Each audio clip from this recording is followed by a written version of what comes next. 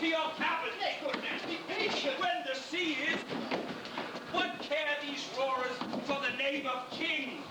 To your cabins, silence, trouble us not. Good fellow, yet remember, who now has the law?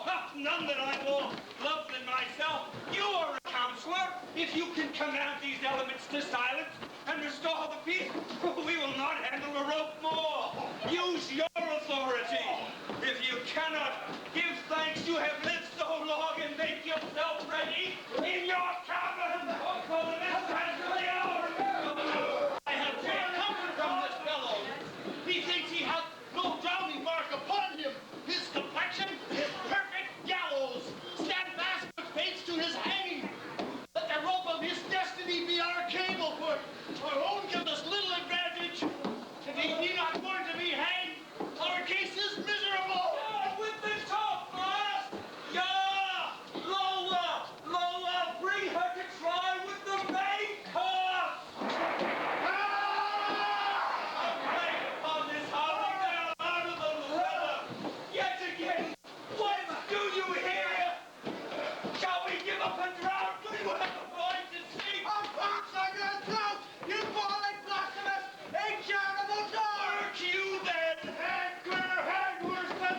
You insolent noisemaker will let the break be drowned in now! I warrant he will not drown, though this ship be no stronger than a nutshell, and as leaky as an unstanched wench! Hold, hold! Set her to courses! Off to sea again, lay her off! The What must our mouths be called? The king and the prince as prayers. It's a system for our cases as theirs. I am out of patience. We're wholly cheated of our lives by brothers, this white shop rascal. Would thou might flat frowning, the washing of 10 times. He'll be hanged yet, though every drop of water swear against it and gig white to pluck him. We bleed! We bleed! Now my wife and children! Farewell, brothers! We bleed! But take with the king! Leave off! Now when I give 1,000 furlongs of sea for 1 acre of barren ground, long heath, brown grass, anything! Oh, the will's above me done, but I would rather die a dry death! Ah!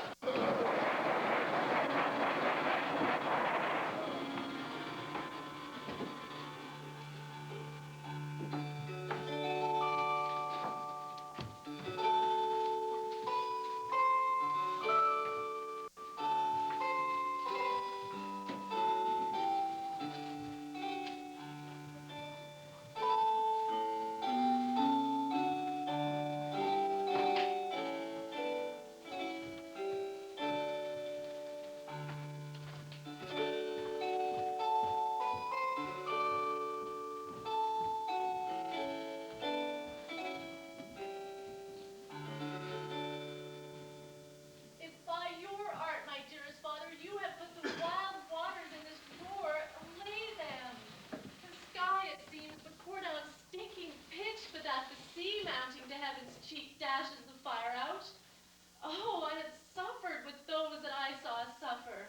A brave vessel, who had no doubt some noble creatures in her, dashed all to pieces. Oh, the cry did knock against my very heart. Poor souls, they perished. Had I been any god of power, I would have sunk the sea within the earth before it should the good ship so have swallowed the frightened souls within her. Be collected. No more amazement. Tell your piteous heart there's no harm done. Oh, woe the day! No harm.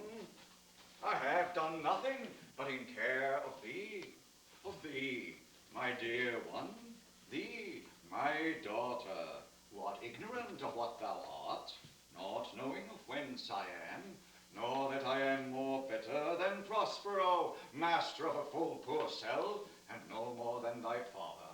More to know did not meddle with my thoughts. 'Tis time I should inform thee further. Lend thy hand and pluck my magic garment from me. So, lie there, my arch. Wipe thou thine eyes.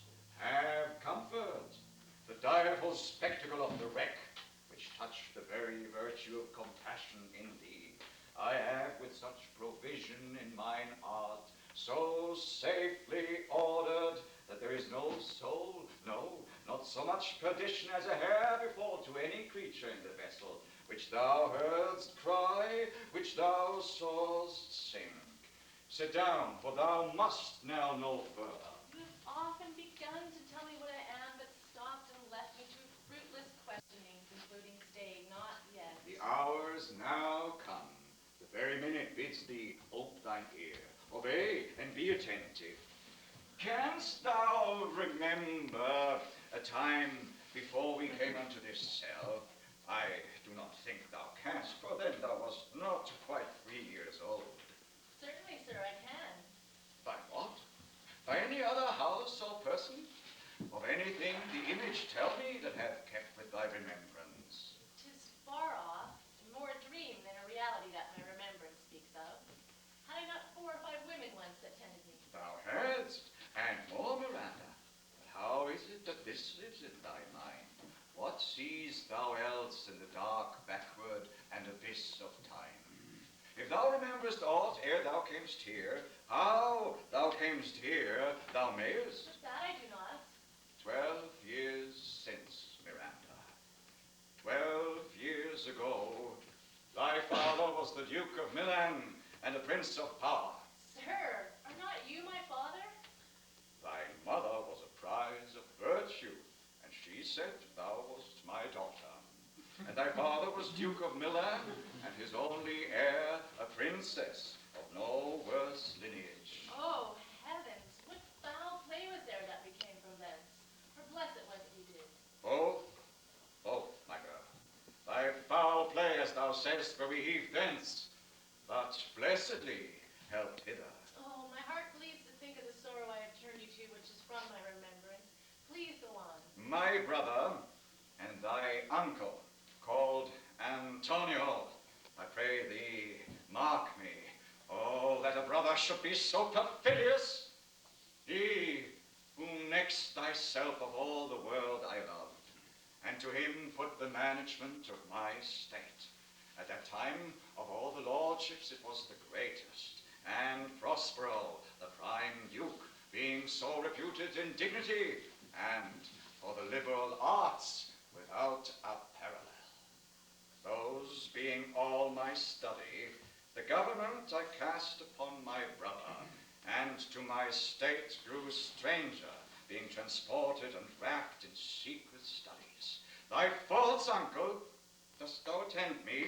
Sir, most heedfully. Being once perfected how to grant suits, how to deny them, who to advance and who to trash for overtopping, you created the creatures that were mine, I say, or changed them, or else new formed them, having both the key of officer and office, set all hearts in the state to what tune pleased his ear, that now he was the ivy which had hit my princely trunk and sucked my virgin out of it.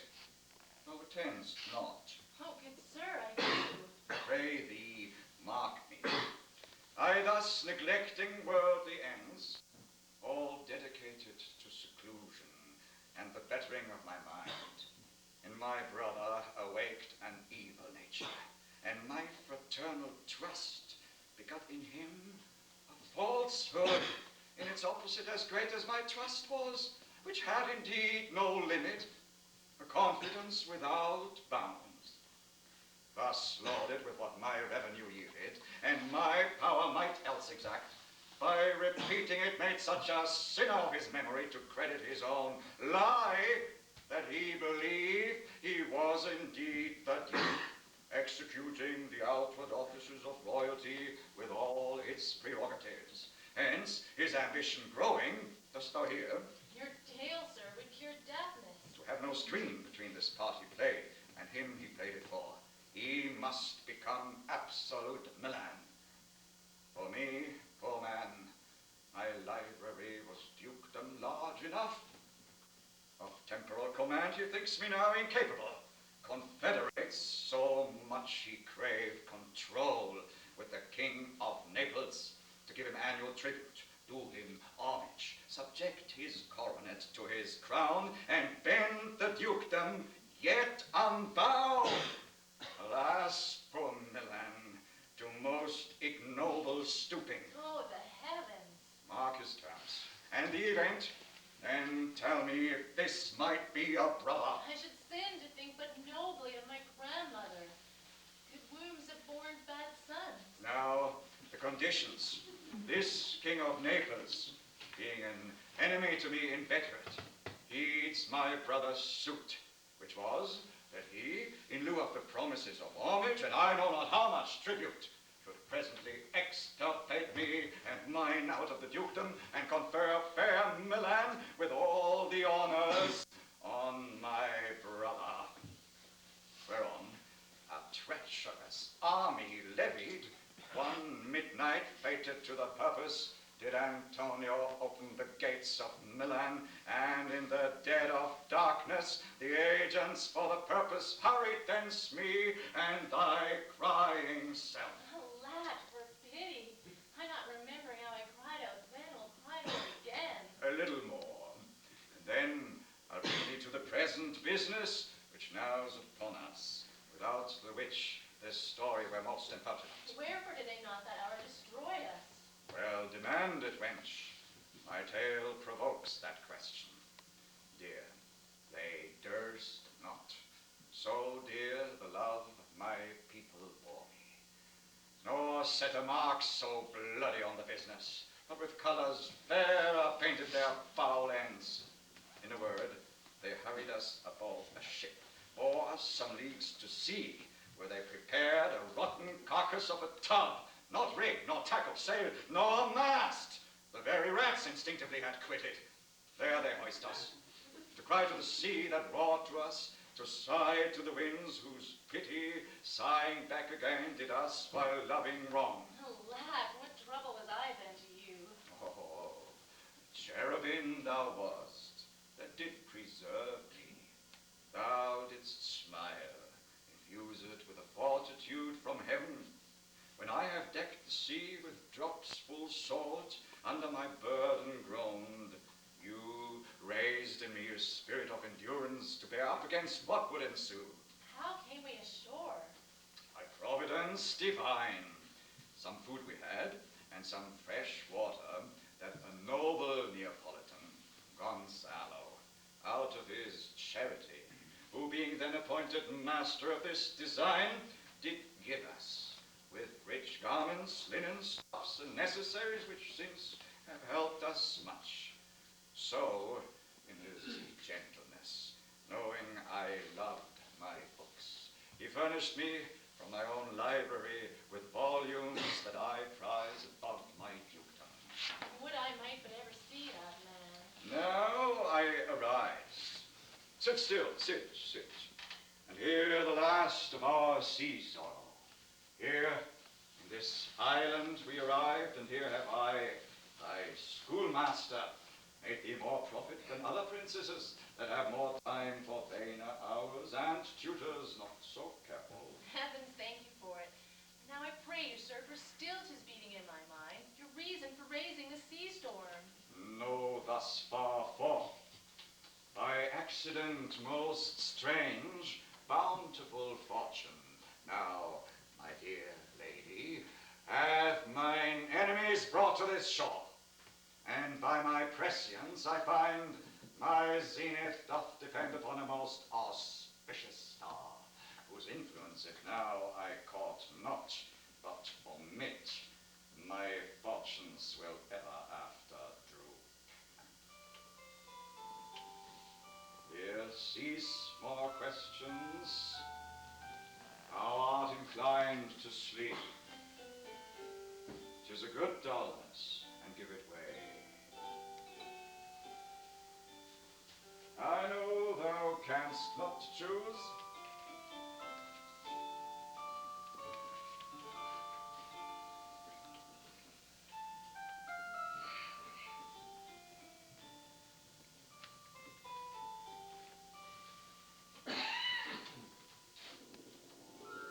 All hail, great master, great Sir Hill. I come to answer thy best pleasure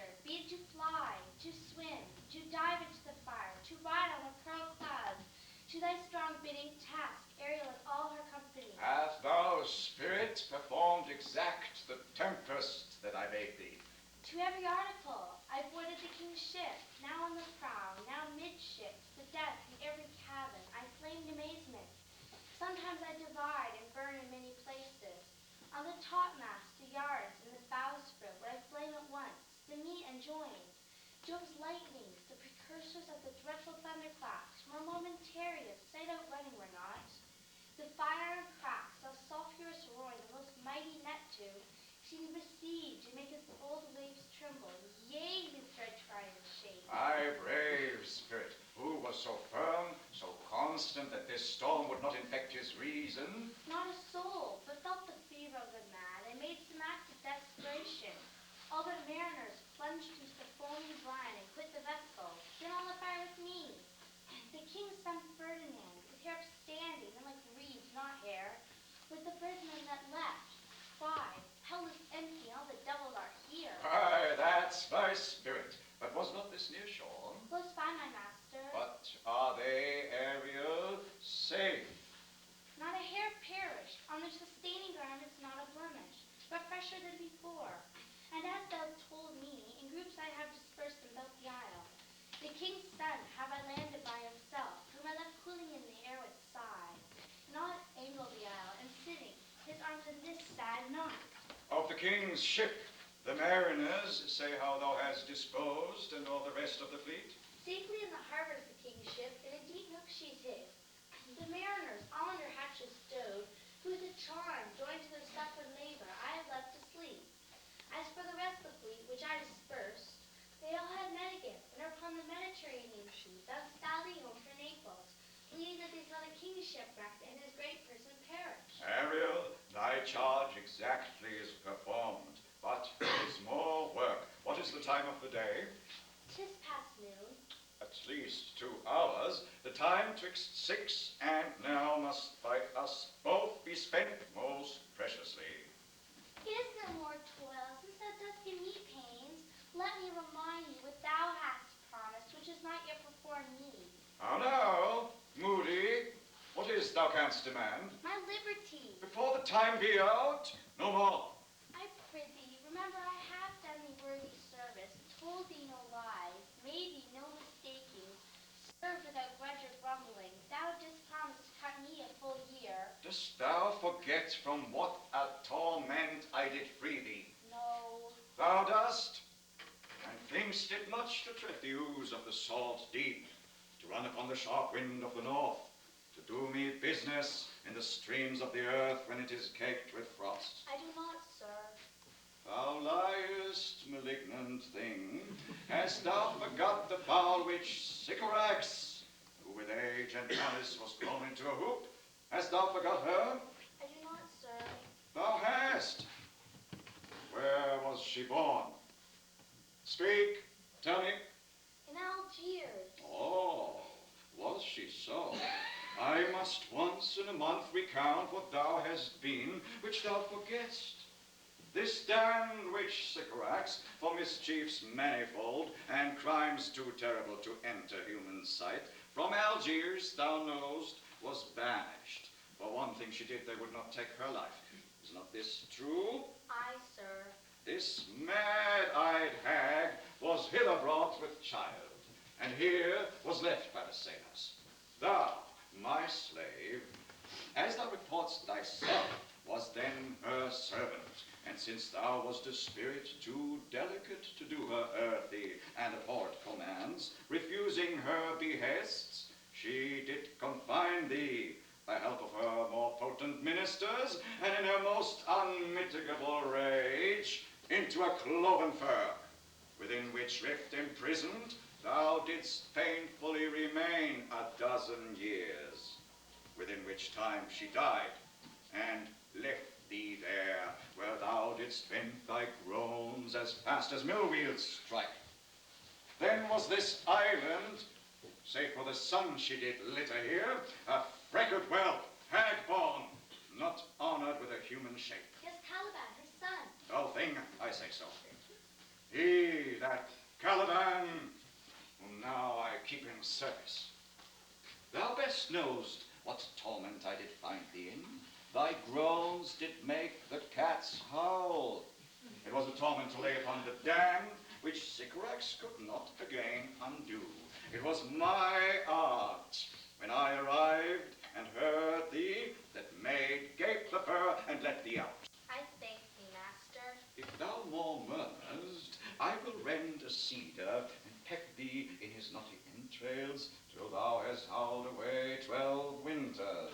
Pardon, master. I will be obedient to command and do my spriting justice. Do so, and after 2 days I will discharge thee. That's my noble master. What shall I do? Say what shall I do? Go, make thyself like a nymph of the sea. Be subject to no sight but thine and mine, invisible to every eyeball else. Go, take this shape, and hither come again. Go, hence with diligence.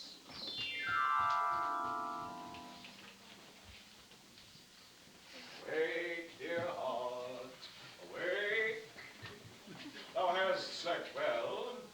Awake. The strangeness of your story, the heaviness in me. Shake it off. Come now. We'll visit Caliban, my slave who never yields us kind answer. Tis a villain, sir, I do not love to look on. As 'tis, we cannot do without. He makes our fire, fetches our wood, and serves in offices that profit us.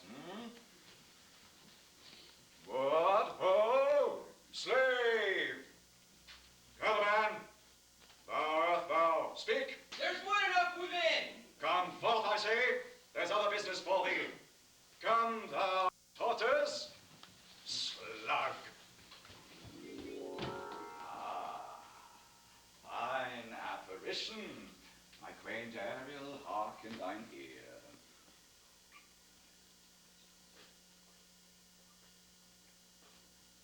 My lord, it shall be done. Art thou poisonous slave? Got by the devil himself upon thy wicked dam, come forth. As wicked do as ere my mother brushed with raven's feather from unwholesome fen drop on you both. A northeast wind blow on ye and blister you all o'er. For this be sure tonight thou shalt have cramps, side stitches that shall choke thy breath. Ah, goblins shall for that past of night that they may work all exercise on thee. Thou shalt be pinched as thick as honeycomb, each pinch more stinging than bees that make them. I must eat my dinner. This island's mine by Sycorax, my mother, which thou takest for me. When thou camest first, thou strokest me, and madest much of me, wouldst give me water with berries in it, and teach me how to name the bigger light, and how the less that burn by day and by night. And then I loved thee, and showed thee all the qualities of the isle, the fresh springs, foul, barren place, and fertile. Cursed be I that did so all the charms of Sycorax, toads, beetles, bats, light on you. For I am all the subjects that you have, which first was mine own king.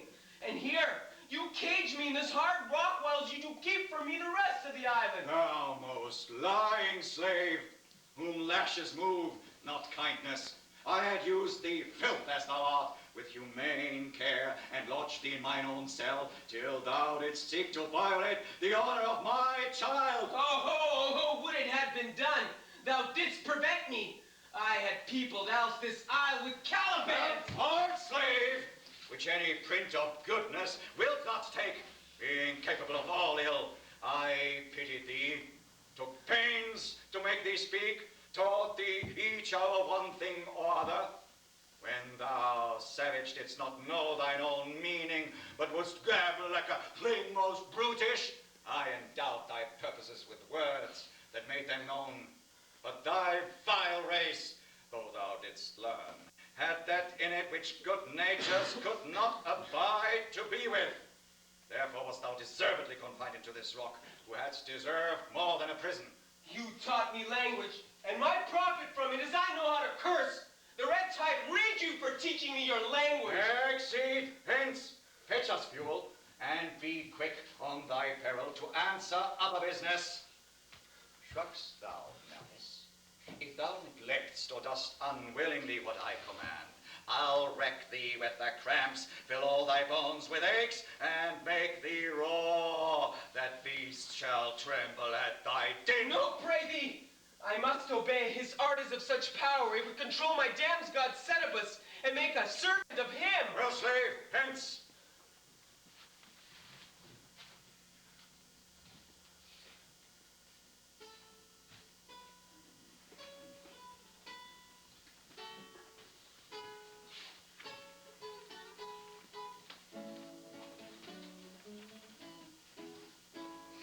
Come unto these yellow sands and then take hand.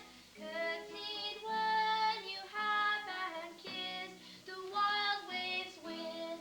Footed feet here and there, and sweet sprites the birds are there. Hark, hark, the watchdogs bark. Hark, I hear the strain of Chanticleer. Hark, I hear the strain of Chanticleer. Where should this music be? In the air or in the earth? It sounds no more, and sure it waits upon some god of the island. Sitting on a bank, weeping again the king my father's wrecked, this music crept by me upon the waters, allaying both their fury and my passion with its sweet air. Thence I have followed it, or it hath drawn me rather, but 'tis gone. No, it begins again. Full fathom far thy father lies, of his bones are coral made.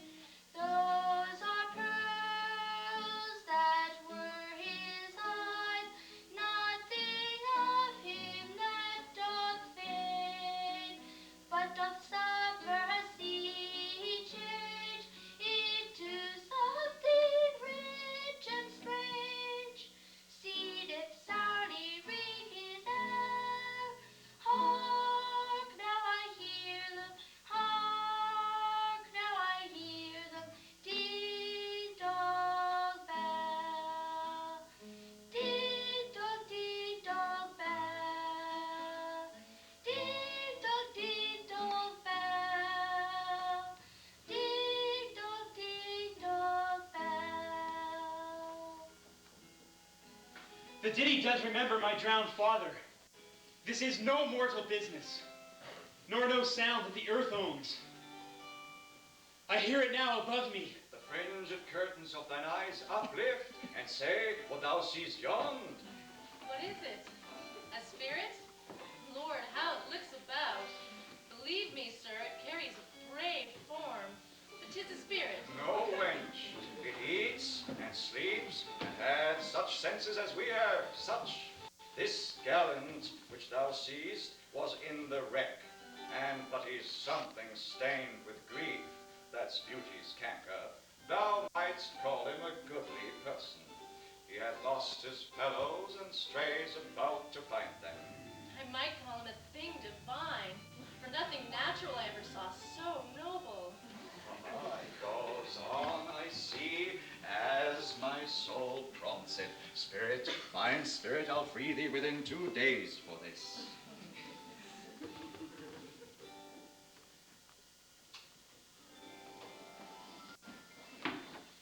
Most sure, the goddess on whom these airs attend. Vouchsafe my prayer may know if you reside upon this island, and that you will some good instruction give how I may bear me here. My prime request, which I do last pronounce, is oh you wonder, if you be maid or no. No wonder, sir, but certainly a maid. My language? Heavens, I am the best of them that speak this speech, were I but where 'tis spoken. How? The best. What wert thou if the king of Naples heard thee? A helpless thing, as I am now, that wonders to hear thee speak of Naples. He does hear me, and that he does I weep. Myself am Naples, who with mine eyes never since at ebb beheld the king, my father, wrecked. Alas, for mercy. Yes, and Milan too. The Duke of Milan and his more braver daughter could refute thee if now 'twere fit to do it. At the first sight, they have changed eyes, delicate delicate Ariel, I'll set thee free for this. One word, good sir. I fear that you have said what is not so. Why speaks my father so ungently? This is the third man that e'er I saw. The first that e'er I sighed for. Pity, move my father to be inclined my way. Oh, if a virgin and your affection not gone forth, I'll make you the Queen of Naples. So, sir, one word more. They are both in either's powers. But this swift business I must uneasy make, lest too light winning make the prize light. One word more. I charge thee that thou taint me. Thou dost here usurp the name thou want'st not, and hast put thyself upon this island as a spy to win it from me, the Lord of it. No, as I am a man. There's nothing ill can dwell in such a temple. The ill spirit has so fair a house, good things will strive to dwell in it. Follow me. Speak not you for him. He's a traitor. Come, I'll manacle thy neck and feet together. Sea water shalt thou drink. Thy food shall be the salt sea mussels, withered roots, and husks wherein the acorn cradles. Follow! No! I will resist such entertainment till my enemy has more power. Oh, dear father, make not too rash a trial of him, for he's gentle and not fearful. What I say, my foot, my tutor? Put thy sword up, traitor. Who makes a show, but darest not strike. Thy conscience is so possessed with guilt. Come, drop thy pose, for I can here disarm you with this stick and make thy weapon drop. Father! Hang out on thy garments. Sir, have pity, I'll be his guarantor. Silence! One word more shall make me chide thee, if not hate thee. What? An advocate for an impostor? Hush! How thinks there's no more such shapes as he, having seen but him and Caliban. Foolish wench, to the most of man this is a Caliban, and they to him are angels. My affections are then most humble. I have no ambition to see a goodlier man. Come on, obey. Thy nerves are in their infancy again, and have no vigor in them. So they are. My spirits, as in a dream, are all bound up. My father's loss, his weakness which I feel, the wreck of all my friends, and this man's threats, to whom I am subdued, are but light to me. Might I but once a day behold this maid. All corners else of the earth let liberty make use of. Space enough have I in such a prison. It works. Come. Thou hast done well, fine Ariel. Hark what thou else shalt do me. Be of comfort. My father's of a better nature, sir, than he appears by speech. This is what unwanted which now came from him. Thou shalt be as free as mountain winds. Till then, exactly do all points of my command. To the syllable. Come, follow. Speak not for him.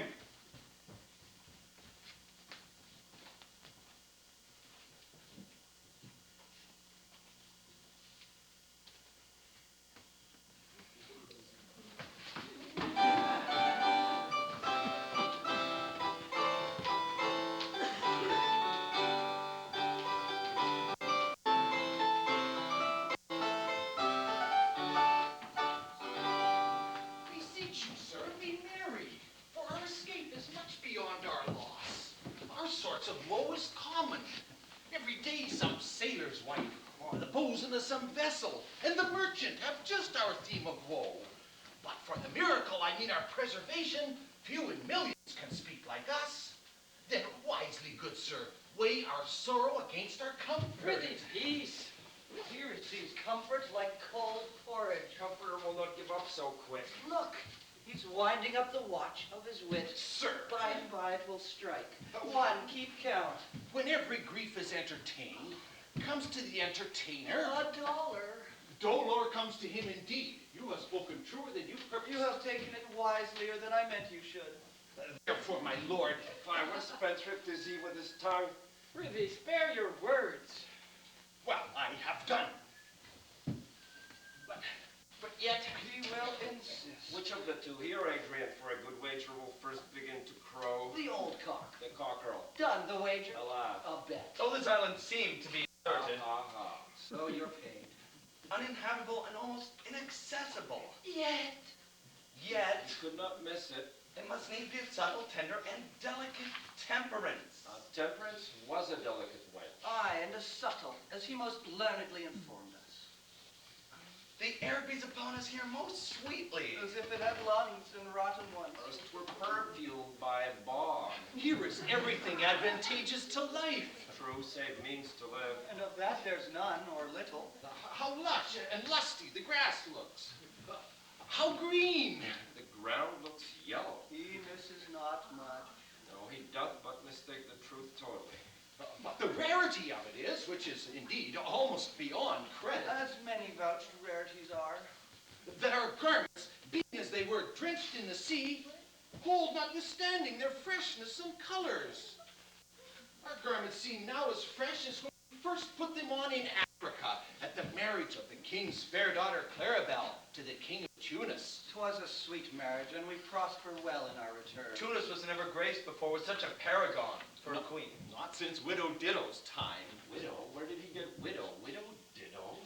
What if he said widower Aeneas, too? Good Lord, how you take it. Widow Ditto, said you. She was of Carthage, not of Tunis. This Tunis, sir, was Carthage. Carthage? I assure you, Carthage. His word is more than the miraculous heart that raised the walls of Thebes. He hath raised the walls and the houses, too. What impossible matter will he make easy next? I think he will carry this island home in his pocket and give it his son for an... And sowing the kernels of it in the sea bring forth more islands.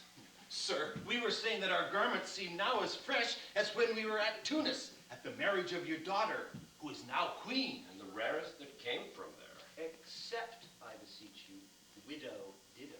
Oh, widow Ditto. Ah, widow Ditto. Is not, sir, my doublet as fresh as the first day I wore it? I mean, so to speak. Cram When I- these words into mine ears against the stomach of my sense. Would I'd never married my daughter there, for coming thence, my son is lost. And in my view, she too, who is so far from Italy removed, I ne'er again shall see her. O thou mine heir of Naples and of Milan, what strange fish hath made his meal on thee? Sir, he may live. I saw him beat the surges under him and ride upon their backs. He trod the water whose enmity he flung aside, and breasted the surge most swollen that met him. His bold head but the contentious waves he kept, and oared himself with his good arms in lusty stroke to the shore. O'er its wave-worn cliffs did bow, as stooping to relieve him. I not doubt he came alive to land. No, he's gone.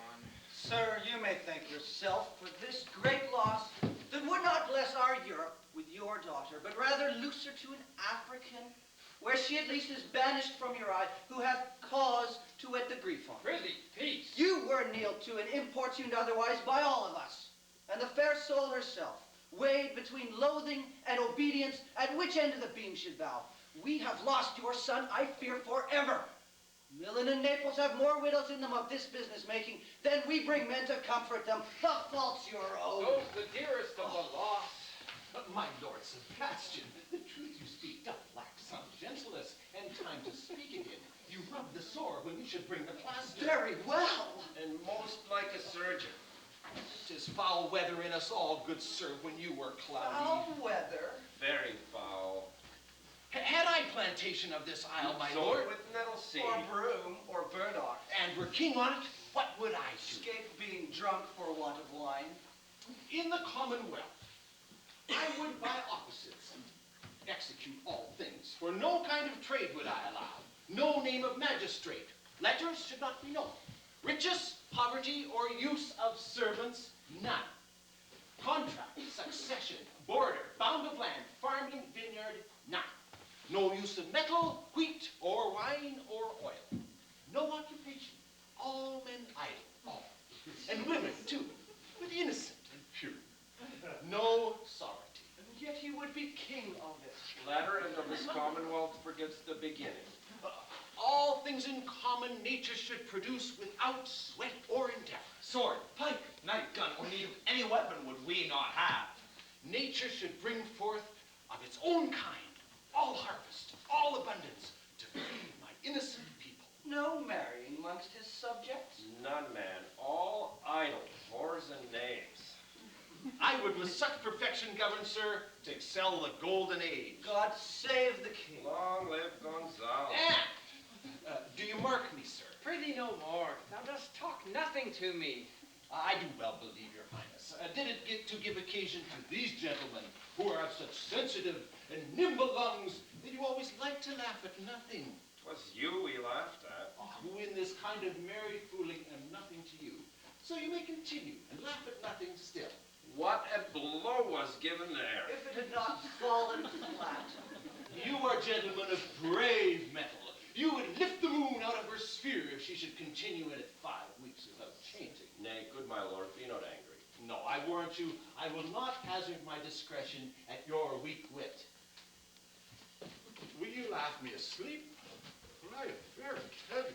Go sleep and hear us. What? All so soon asleep? I wish mine eyes would with themselves shut up my thoughts. I find they are inclined to do so. Please you, sir, do not neglect the heavy offer of it. It seldom visits sorrow, and when it doth, it is a comforter. We too, my lord, will guard your person while you take your rest and watch your safety. Thank you, wondrous Henry.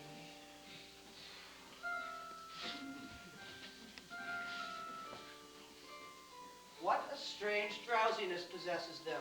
'Tis the quality of the climate. Why doth it not then our eyelids sink?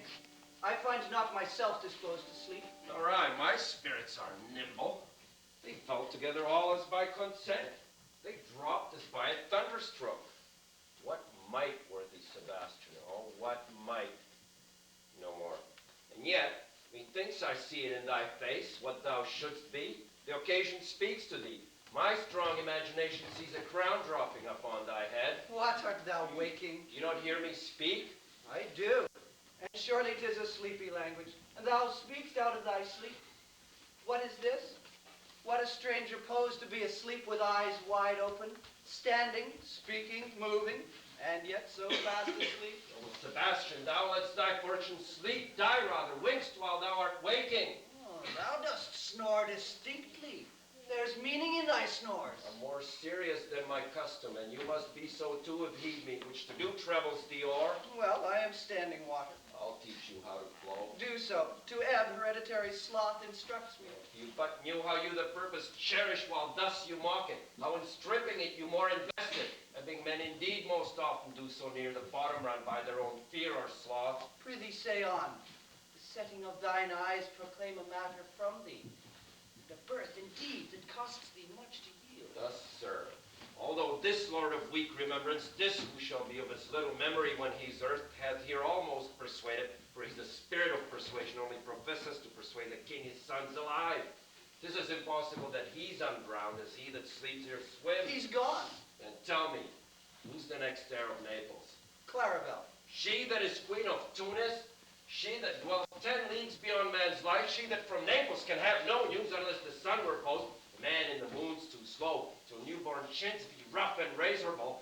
She that for whom we were sea swallowed, though some cast again hand, by that destiny to perform an act, where what's past is prologue, what to come is yours and mine discharge. What stuff is this? What say you? 'Tis true my brother's daughter's queen of Tunis. So is she heir of Naples, twixt which regions there is some space. Space, whose every fathom seems to cry out, how shall that Clarabelle measure us back to Naples? Stay in Tunis, let Sebastian wait. Say this were death which now has seized them. Why, they were no worse than now they are. There be that can rule Naples as well as he that sleeps. Lords that can prate as amply and unnecessarily as this Gonzalo. I myself could make a crow of as deep chat.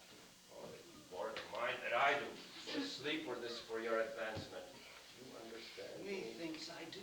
And how does your content regard your own good I fortune? remember you did supplant your brother Prosper. True. Look how well my garments sit up on me. Much better than before. My brother's servants were then my fellows. Now they're my men. But for your conscience. I say, where lies that? If it were a hangnail, I'd put it in my slipper. But I feel not this deity in my bosom. 20 consciences that stand twixt me and Milan, candied be they and melt ere they moss. Here lies your brother, no better than the earth he lies upon. If he were that which now he's like that's dead, whom I with disobedience steal, 3 inches of it can lay to bed forever. While you doing thus to the perpetual wait, for I might put this ancient morsel, this Sir Prudence, who should not impede our course. For Adrian, he'll take suggestion as a cat laps milk. He'll tell the clock to any business we say befits the hour. Thy case, dear friend, shall be my precedent. As thou gott's millen, so I'll come by Naples. Draw thy sword. One stroke shall free thee from the tribute thou payest, and I, the king, shall love thee. Draw together, and when I rear my head, do you delight to fall it up on Gonzalo? My master, through his art perceives the danger that you, his friend, are in, and sends me forth, or else his project dies, to keep them living. While you here do snoring lie, open eye conspiracy, his time doth take. If of life you keep a care, shake off slumber and beware. Awake, awake, awake, awake. Now, good angels, preserve the king. Why, how now? Ho, awake! Why are you drawn? Wherefore this ghastly looking? Even now, while we stood here securing your repose, we heard a hollow burst of bellowing, like bulls, or rather lions. Did not wake you? It struck mine ears most terribly. I heard nothing. Yeah, it was a din. A din to frighten monsters here. Sure, it was a roar of the whole herd of lions. Heard you this, Gonzalo? On my honor, sir, I heard a humming, and that a strange one too, which did awake me. I shaked you, sir, and cried. When mine eyes opened, I saw their weapons draw. There was a noise, that's verily.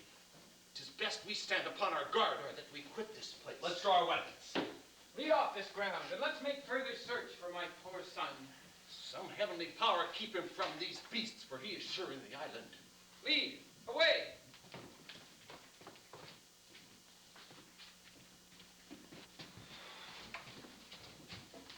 Prosper my lord shall know what I have done, so king go safely on to seek thy son. All the infections that the sun sucks up from bogs, fens, flats, on Prosper fall and make him by inches a disease. His spirits hear me, and yet I needs must curse. But they'll nor pinch, fright me with impish shows, pitch me in the mire, nor lead me like a firebrand in the dark out of my way, unless he bid them. But for every trifle are they set upon me, sometimes like apes that grin and chatter at me, and after bite me, then like urchins who lie tumbling in my barefoot way, and mount their thorns at my footfall. Sometimes am I all wound with adders, who with cloven tongues do hiss me into madness. Oh. Lo now, lo, here comes a spirit of his, and to torment me for bringing wood in slowly, I'll fall flat. Perchance he will not mind me. Here is neither bush nor shrub to ward off any weather at all, and another storm brewing. Oh, I hear it sing in the wind. Yon same black cloud, yon huge one, looks like a great filthy jug that would shed its liquor. Oh, if it should thunder as it did before, I know not where to hide my head. Yon same cloud cannot but fall by pailfuls. What have we here? A man or a fish? Dead or alive? A fish. He smells like a fish. A very ancient and fish-like smell. A kind of not of the freshest salmon. Strange fish. Were I in England now, and had but this fish painted upon a sign at the fair, not a holiday fool there but would give a silver piece to see it, there would this monster make a man's fortune. When they will not give a penny to relieve a lame beggar, they will lay out 10 to see a wax Indian. Legged like a man, and his fins like arms, and warm by my troth. I do now let loose my opinion. Hold it no longer. This is no fish, but an islander that has lately suffered by a thunderbolt. Alas, the storm has come again. Oh, my best way is to creep under his coat. There is no other shelter hereabout. Oh, misery acquaints a man with strange bedfellows. We'll hide here till the dregs of the storm be past. This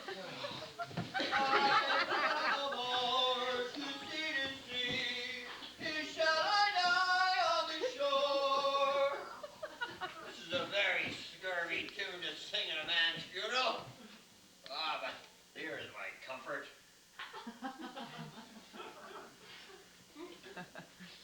The master, the swabber, the boatswain, and I, the gunner, and his mate. Love all men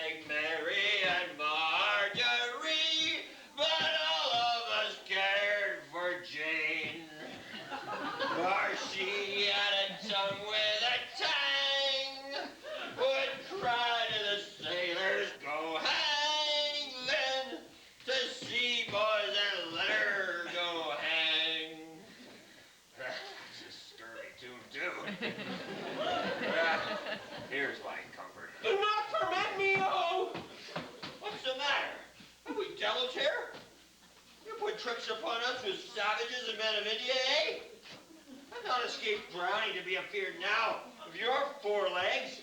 It has been said, as proper a man as ever went on 4 legs cannot make him give ground, and it will be said so again while Stefano breathes at the nostrils. The spirit torments me, ho!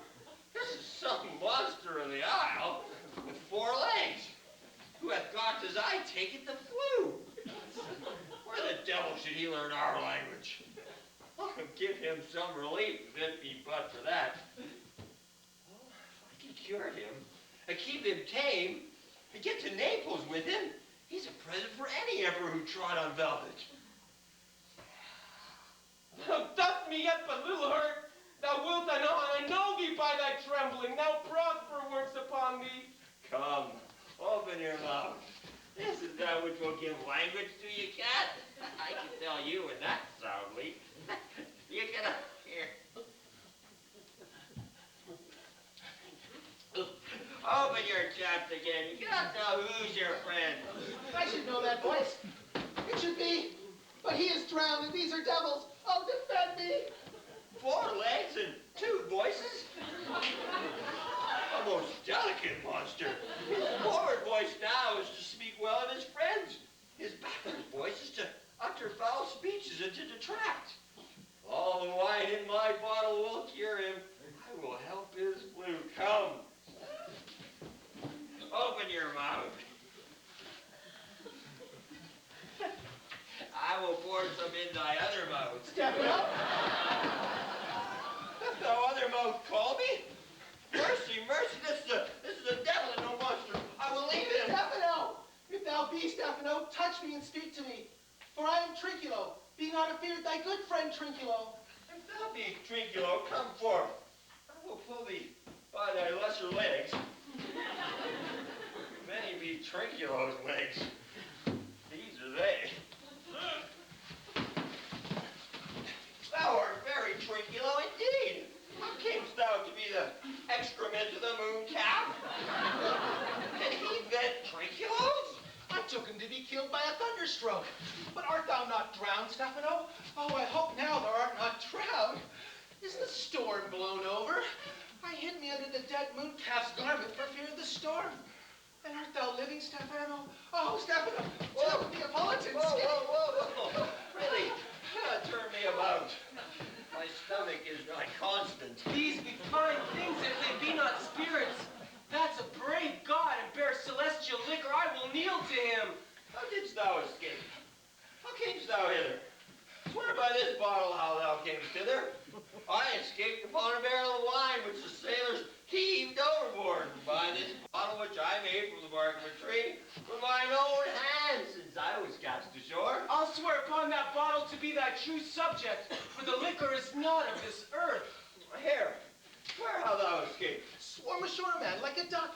I can swim like a duck, I'll be sworn. Here, kiss the book. Though thou canst swim like a duck, thou art made like a fish. Oh, Stefano, hast thou any more of this? Oh, Pharaoh, man, my cellar's in a rock by the seaside where my wine is hid. How now, moon calf? Does thy flu? Hast thou not dropped from heaven? Out of the moon, I do assure thee, I was the man in the moon once upon a time. I have seen thee in her, and I do adore thee. Come, swear to that. Kiss the book. I will furnish it anon with new contents. Swear. By this good light, this is a very shallow monster. I have feared of him, a very weak monster. A man in the moon, a most poor credulous monster. A well-drunk monster, in good sooth. I'll show thee every fertile inch of the island, and I'll kiss thy foot. I prithee, be my god. By this light, a most perfidious and drunken monster. When his god's asleep, he'll steal his bottle. I'll kiss thy foot. I'll swear myself thy subject. Come on then, down and swear. I shall laugh myself to death at this puppy-headed monster. A most scurvy monster. I could find it in my heart to beat him. Kiss. But the poor monster's in drink. An abominable monster. I'll show thee the best springs. I'll pluck thee berries. I'll fish for thee. I'll get thee wood enough. A plague upon the tyrant that I serve. I'll bear him no more sticks, but follow thee, thou wondrous man. A most ridiculous shameless monster to make a wonder of a poor drunkard. I prithee, let me bring thee where the crabs grow, and I with my nails will dig thee clams. I'll show thee a jay's nest, and instruct thee how to catch the nimble salmon. I'll bring thee to clustering filberts, and sometimes I'll get thee young oysters from the rock. Wilt thou go with me? I prithee, lead the way without any more talking. Draco, the king and all our company, else being drunk, we will inherit here. Here, there my bottle, fellow Drinkulo. We'll fill it by and by again. Farewell, master! Farewell! Farewell! A howling monster, a drunken monster. No more dams I'll make for fish, nor fetch and firing yet requiring, nor scrape trenchering, nor wash dish. Ban, ban, cat Caliban has a new master, get a new man. Freedom, I beg! I beg! Freedom! Great Freedom, I beg! lead the way!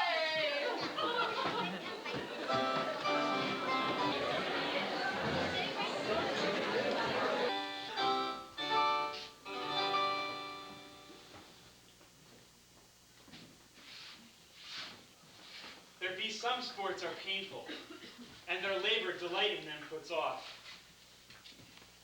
Some kinds of baseness are nobly undergone, and most poor matters point to rich ends. This my mean task would be as heavy to me as odious. But the mistress which I serve quickens what's dead, and makes my labors pleasures. Oh, she is 10 times more gentle than her father is crab, and he's composed of harshness. I must remove some thousands of these logs and pile them up upon a sore injunction. My sweet mistress weeps when she sees me work, and says such baseness had never like executor. These sweet thoughts do ever refresh my toil.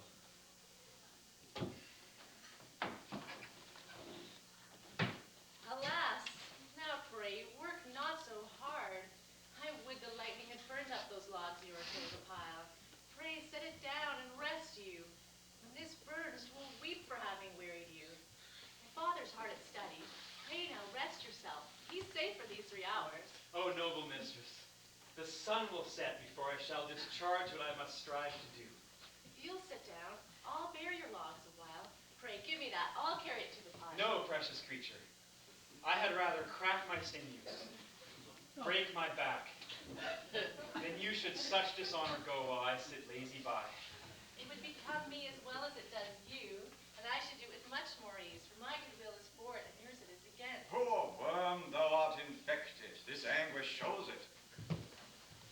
You look wearily. No, sweet mistress. 'Tis fresh morning with me when you are by at night. I do beseech you, chiefly that I might set it in my prayers. What is your name? Miranda. Oh, my father, I have broke your rule to say so. Admired Miranda. Indeed, the top of admiration, worth what's dearest to the world. Full many a lady I have eyed with best regard, and many a time the harmony of their tongues hath into bondage brought my too diligent ear. For several virtues have I liked several women, never any with so full soul that did some defect in her quarrel with the noblest grace she owned, and put it to the spoil. But you, oh you, so perfect and so peerless, are created of every creature best. I do not know one of my sex. No woman's face remember save for my mirror, mine own. Nor have I seen more that I may call men than you, good friend, and my dear father. How features are abroad, I'm ignorant of. But by my modesty, the jewel in my dower, I would not wish for any companion in the world but you, nor can imagination form a shape besides yourself to like. I prattle something too wildly, my father's precepts I therein do forget. I am, in my condition, a prince, Miranda. I do think a king. I would not so. And would no more endure this wooden slavery than to suffer the flesh fly in my mouth. Hear my soul speak. The very instant that I saw you, did my heart fly to your service. And there it resides, to make me slave to it. And for your sake am I this patient logman. Do you love me? O heaven, O earth, bear witness to this sound, and crown what I profess with kind result if I speak true.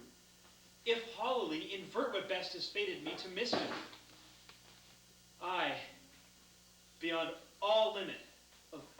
else in the world, do love, prize, and honor you.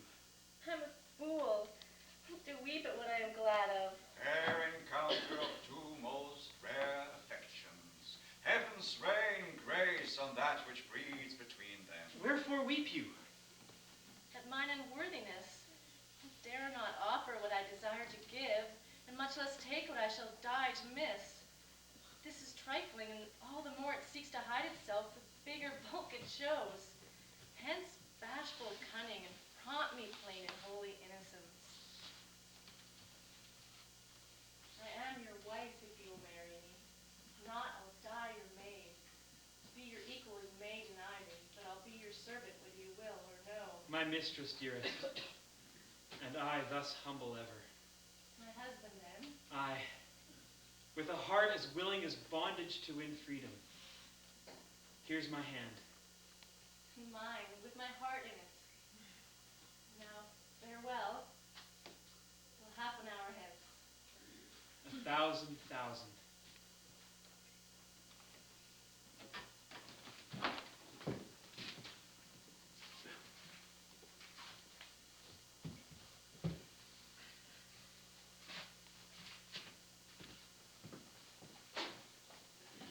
So glad of this as they I cannot be, who are surprised withal. But my rejoicing at nothing can be more. I'll to my book, for yet ere suppet I must have performed much business appertaining to my plan.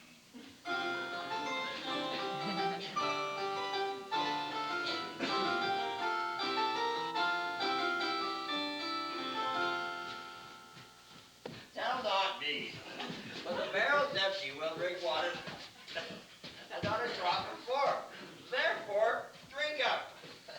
Servant monster, drink to me. Servant monster, the folly of this island. They say there are but 5 upon the island. We are 3 of them. If the other 2 be brain like us, the state totters. Drink, servant monster. And I bid thee. Thy eyes are almost set in thy head. Where should they be set else? If they were set in his head, he were a brave monster indeed. My man monster hath drowned his tongue in wine. For my part, the seas cannot drown me.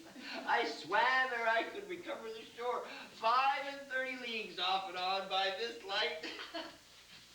Thou shalt be my lieutenant monster, or my standard bearer. Your lieutenant, if you like.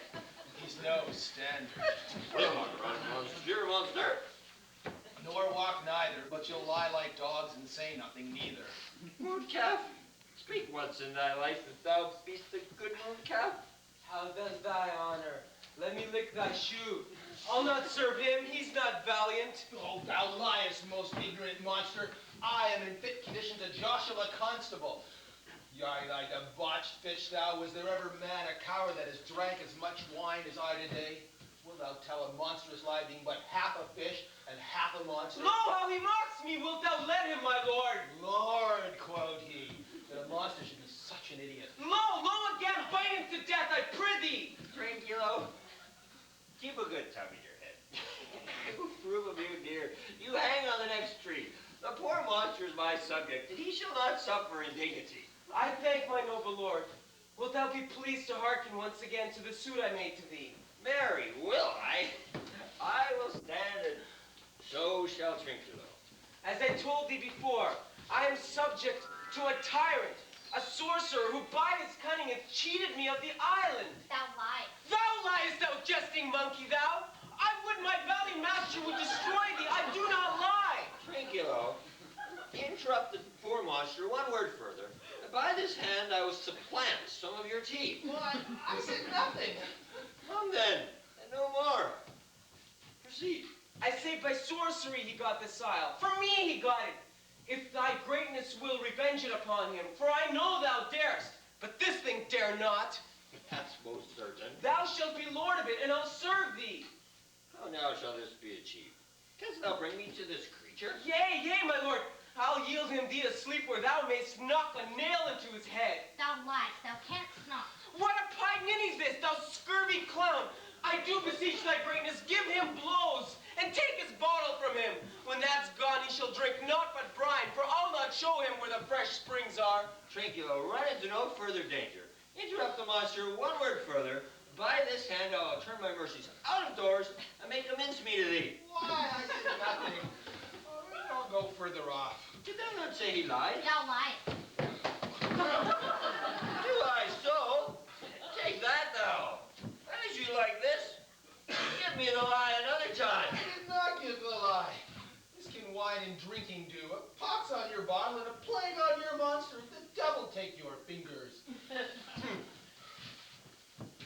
Now, on with your tale. Prithee, stand further off. Beat him again. After a little time, I'll beat him too. Stand further. Proceed. As I told thee, 'tis a custom with him in the afternoon to sleep. There thou mayst brain him, having first seized his books, or with a log batter his skull, or stab him with a stake, or cut his windpipe with thy knife.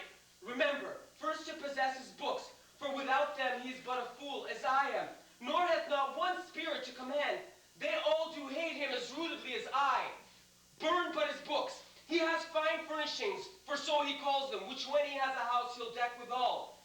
But that most deeply to consider is the beauty of his daughter. He himself calls her matchless.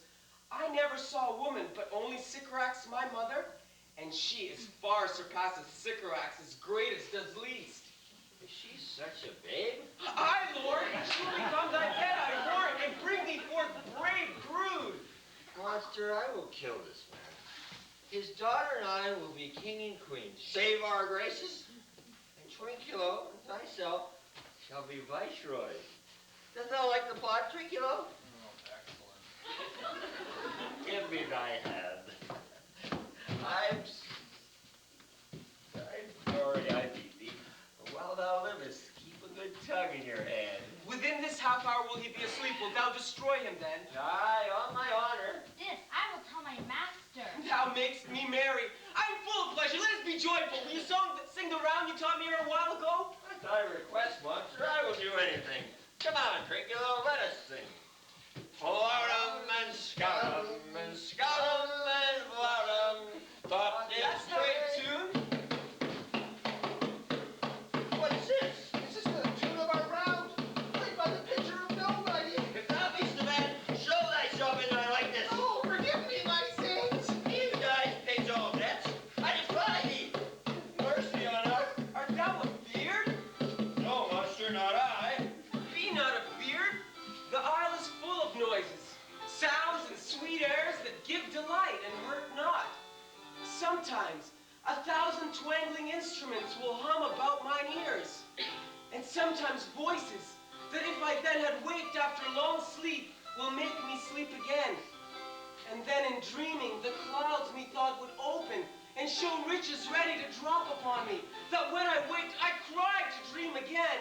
This shall prove a fine kingdom to me, for I shall have my music for nothing. When Prospero is destroyed, It shall be by and by. I remember this story. The sound is going away. Let's follow it and do our work after. Lead, monster. We'll follow. I would I could see this drummer. Will come. I'll follow Stefano.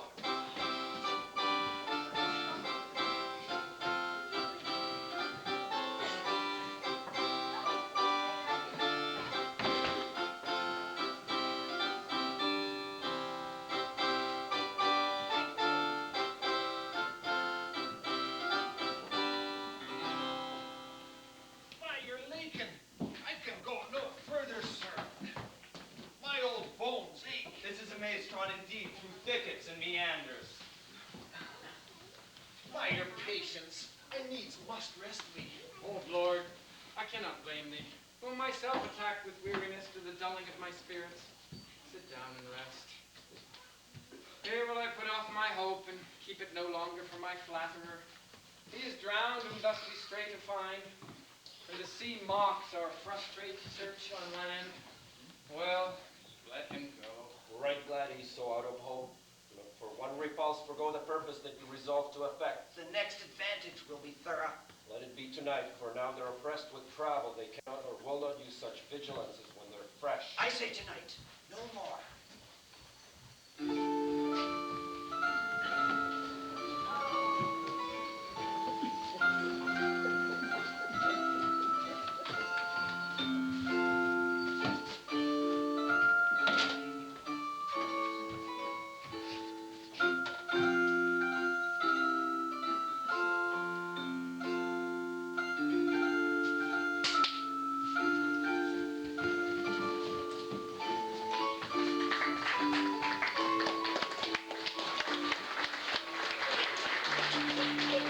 What harmony is this? My good friends, hark.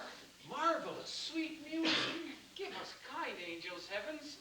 What are these? A living puppet show. Now we will believe that there are unicorns. That in Arabia there is one tree, the phoenix throne. One phoenix at this hour reigning there. I'll believe both, and what else one's believing come to me, and I'll be sworn 'tis true. Travelers ne'er did lie, though fools at home condemn them. If in Naples I should report this now, would they believe me if I should say I saw such islanders? For sure they are people of the island, who, though they are of monstrous shape, yet note, their manners are more gentle, kind than of our human generation. You shall find many, nay, almost any. Honest, Lord, thou hast said well. For some of you here present are worse than devils. I cannot marvel enough. Such shapes, such gestures, and such sounds, expressing, although they want the use of tongue, a kind of excellent mute discourse. Save praise for later. They vanished strangely. No matter, for they have left victuals behind, and we have stomachs. Will't please you to taste of what is here? Not I. Faith, sir, you need not fear. When we were boys, who would believe that there were mountaineers dewlapped like bulls, whose throats had hanging out of wallets of flesh, Or that there were such men whose heads stood in their breasts. which now we find each good traveler will bring good warrant of. I will stand to and feed, although my last, no matter, since I feel the best is past. Brother, my lord the Duke, stand to and do as bidden.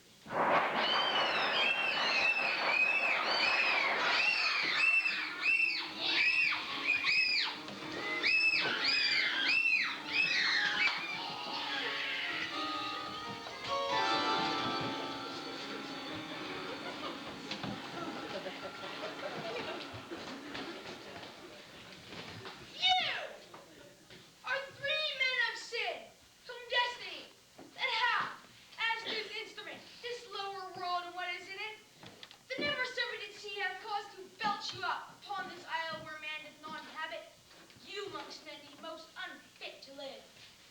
I have made you mad, and even with madness fouler men hang and drown themselves. You fool! I and my fellows are ministers of faith. The elements which your swords are fashioned may as well wound the loud winds, or with the mocked stabs kill the ever-closing waters, as cut one feather might do.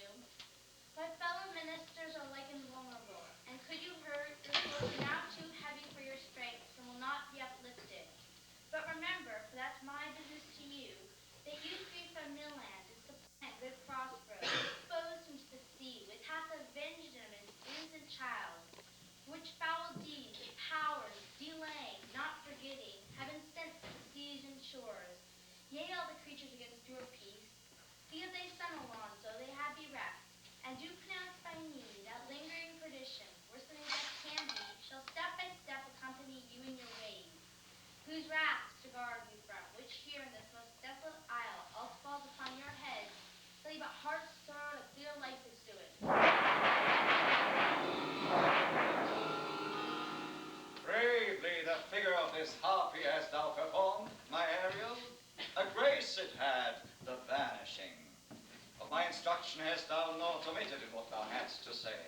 With good acting and attention, my meaner ministers their several roles have played. My high charms work, and these, mine enemies, are all knit up in their distractions. They now are in my power, and in these fits I leave them, while I visit young Ferdinand, whom they suppose is drowned, and his and my love dying. In the name of something holy, sir, Why stand you in this strange stare? Oh, 'tis monstrous, monstrous. Methought the billows spoke and told me of it. The wind did sing it to me, and the thunder, that deep and dreadful organ pipe, pronounced the name of Prosper. It did base my trespass. Therefore my son in the ooze is bedded, and I'll seek him deeper than air plummet sounded, and with him there lie mudded. By one fiend at a time, I'll fight their legions o'er. I'll be thy second. All three of them are desperate. Their great guilt, like poison given to work a great time after, now begins to bite their souls. Beseech you who are of suppler joints, follow them swiftly and hinder them from what this ecstasy may now provoke them to. Follow, I pray you.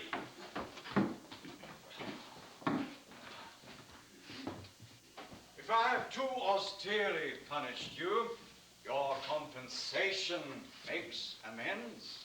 For I have given you here a third of mine own life, or that for which I live, who once again I tender to thy hand. All thy vexations were but my trials of thy love, and thou hast bravely stood the test. Here, before heaven, I ratify this my rich gift.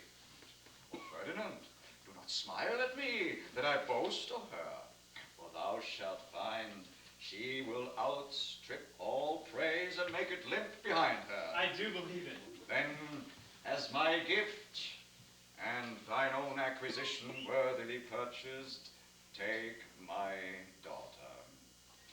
But if thou dost break her virgin knot, before all consecrated ceremonies may with full and holy rite be ministered, no gentle blessings shall the heavens let fall to make this contract grow, but barren hate, sour-eyed disdain, and discord shall bestrew the union of your bed with weeds so loathly that you shall hate it both. As I do hope for quiet days, long life, and fair issue with such love as 'tis now, the murkiest den, the most convenient place, the strongest suggestion our worst of spirits proffer, shall not melt mine honor into lust, to take away the joy of that day's celebration, when I shall think, or day will never end, or night will never come. Fairly spoken. Sit then and talk with her. She is thine own.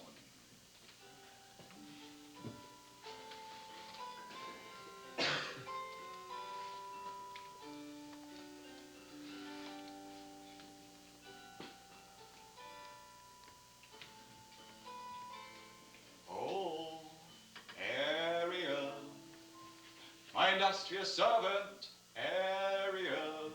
What would thy potent master? Here I am. Thou and thy meaner fellows, your last service did worthily perform, and I must use you in such another trick. Oh, bring the rabble over whom I give thee power here to this place. Incite them to quick motion, for I must bestow upon the eyes of this young couple some vanity of mine art. It is my promise, and they expect it from me. Presently? Aye, in a twink. Before you can say come or go, or for these presents I so. Each one tripping on his toe will be here with mop and mow. Do you love me, master? No? Dearly, my delicate Ariel, do not approach till thou dost hear me call. I understand. Oh, look thou be true. Do not give dalliance too much the rein. The strongest oaths are straw to the fire in the blood. Be more abstemious, or else good night your vow. I warn you, sir, the white cold virgin snow upon my heart abates the ardor of my passion. Well. Now come, my Ariel. Bring an abundance rather than a want of spirits. Up here and pertly. No tongue, all eyes be silent.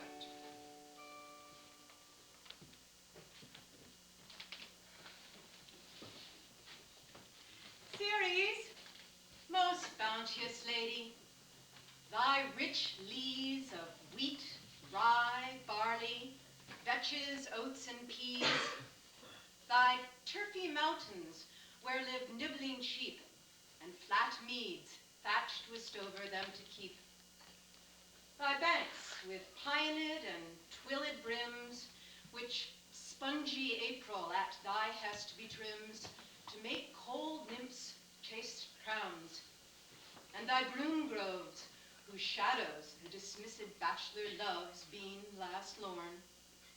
Thy pole-clipped vineyard and thy sea marge, sterile and rocky hard, where thou thyself dost err. The queen of the sky, whose watery arch and messenger am I, bids thee leave these, and with her sovereign grace, here on this grass plot, in this very place, to come and sport. Her peacocks fly amain. Approach, rich Ceres, her to entertain. Hail, many-colored messenger, that ne'er dost disobey the wife of Jupiter, who with thy saffron wings upon my flowers diffusest honey drops, refreshing showers, and with each end of thy blue bow dost crown my bosky acres and my unshrubbed down, rich scarf to my proud earth. Why hast thy queen summoned me hither to this short grass grove? A contract of true love to celebrate, and some donation freely to estate on the blessed lovers. Tell me, heavenly bow, if Venus or her boy, as thou dost know, do now attend the queen? Since they did plot the means that dusky days my daughter got, her and her blind boy scandal company I have forsworn. Of her society be not afraid. I met her deity in the clouds towards Paphos, and her son, dove drawn with her. Here thought they to have done some wanton charm upon this man and maid, whose vows are that no bed right be paid till Hymen's torch be lighted. But in vain, Mars, hot minion, has returned again. Her waspish-headed son has broke his arrows, swears he will shoot no more but play with sparrows and be a boy right out. Highest queen of state, great Juno comes, I know her by her gait. How does my bounteous sister? Go with me to bless this twain, that they may prosperous be and honored in their issue. Most majestic vision. May I be bold to think these spirits? Spirits, which by mine art I have from their confines called to enact my present fancies. Let me live here ever.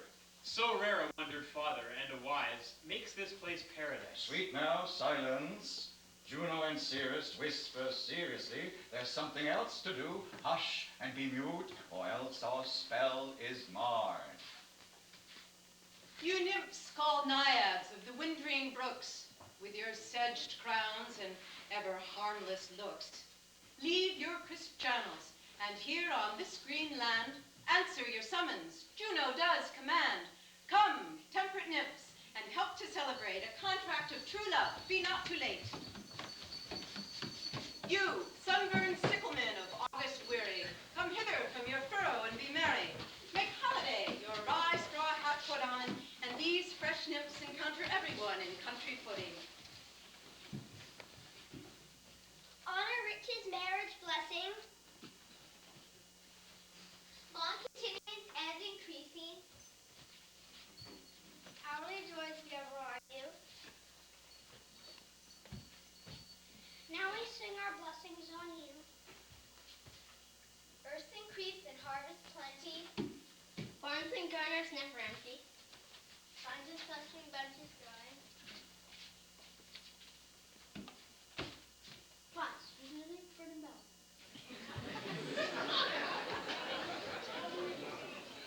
Spring come to you at the farthest, in the very end of harvest. Scarcity and want shall shine you. Fruitful blessings shall be on you.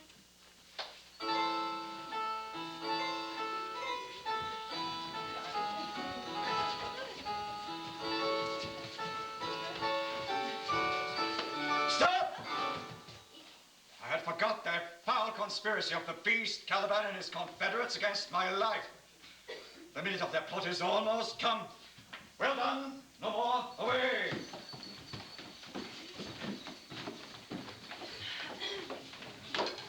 This is strange. Your father's in some passion that works him strongly. Never till this day saw I him touched with anger so distempered. You do look, my son, in a troubled sort, as if you were dismayed.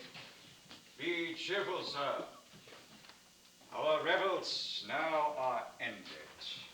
These our actors, as I foretold you, were all spirits and are melted into air, into thin air. And, like the baseless fabric of this vision, the cloud-capped towers, the gorgeous palaces, the solemn temples, the great globe itself, yea, all which it inherits shall dissolve, and, like this insubstantial pageant faded, leave not a rack behind. We are such stuff as dreams are made on, and our little life is rounded with a sleeve. Sir, I am vexed. Bear with my weakness. My old brain is troubled. Be not disturbed with my infirmity. If you be pleased, retire into my cell, and there repose. A turn or two I'll walk to still my beating mind. We wish you peace.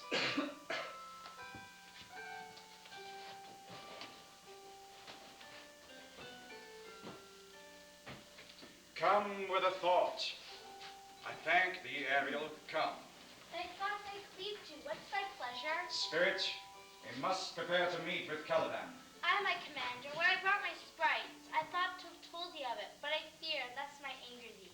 Say again, where didst thou leave these varlets? I told you, sir, they were red hot with drinking, so full of valor that they smote the air for breathing of their faces, beat the ground for kissing of their feet, yet always bending towards their project. Then I beat my drum, at which like untamed colts, they pricked their ears, raised up their eyelids, lifted their noses, as they smelt music. I so did charm their ears, that calf-like they my lowing followed through, toothed bars, sharp brambles, pricking through my thorns, which injured their frail shins. At last I left them in the filthy scum-cloaked pool beyond your cell. There, dancing up to the chin, that the foul liquor stuck their feet. This was well done, my bird. Thy shape invisible, retain thou still. The trumpeter in my house, go bring it hither. For bait to catch these thieves. I go. Devil, a born devil, on whose nature nurture can never stick, on whom my pains humanely taken, all lost, quite lost. And as with age his body uglier grows, so his mind cankers. Oh, I'll plague them all, even to roaring. Come, hang them on these trees.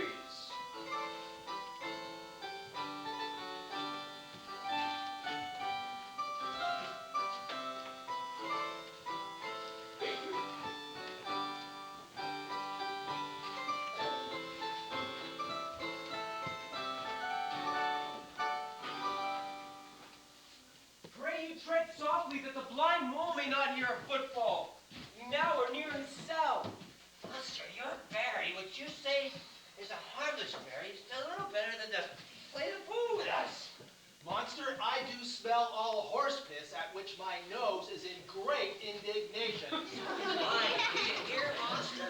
If I should take a displeasure against you, look out. Thou were but a lost monster. Good, my lord, give me thy favor still. Be patient.